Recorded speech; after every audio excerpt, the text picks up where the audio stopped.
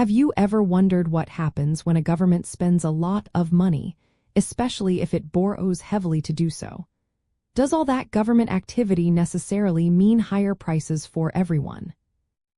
Generally speaking, fiscal crowding out itself does not directly lead to inflation in the traditional sense.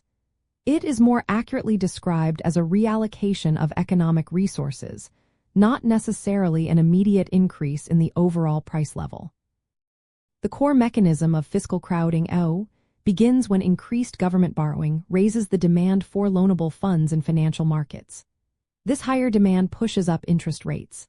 As a result, it becomes more expensive for private businesses to borrow for investment projects and for consumers to finance large purchases, such as homes or automobiles. This means that government activity effectively crowds out some private sector spending and investment. This shift of resources from private to public use does not inherently create new money or generate excess aggregate demand that would universally push up prices, especially if the economy has underutilized productive capacity.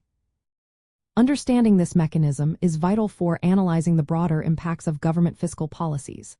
While crowding out itself is not directly inflationary, it can contribute to inflation under specific conditions.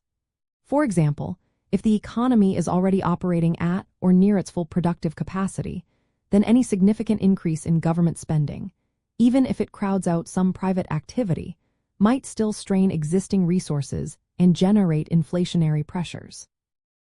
More critically, if the central bank chooses to accommodate the increased government borrowing by expanding the money supply or by keeping interest rates artificially low, then that monetary expansion is the primary driver of any resulting inflation, rather than the crowding out itself.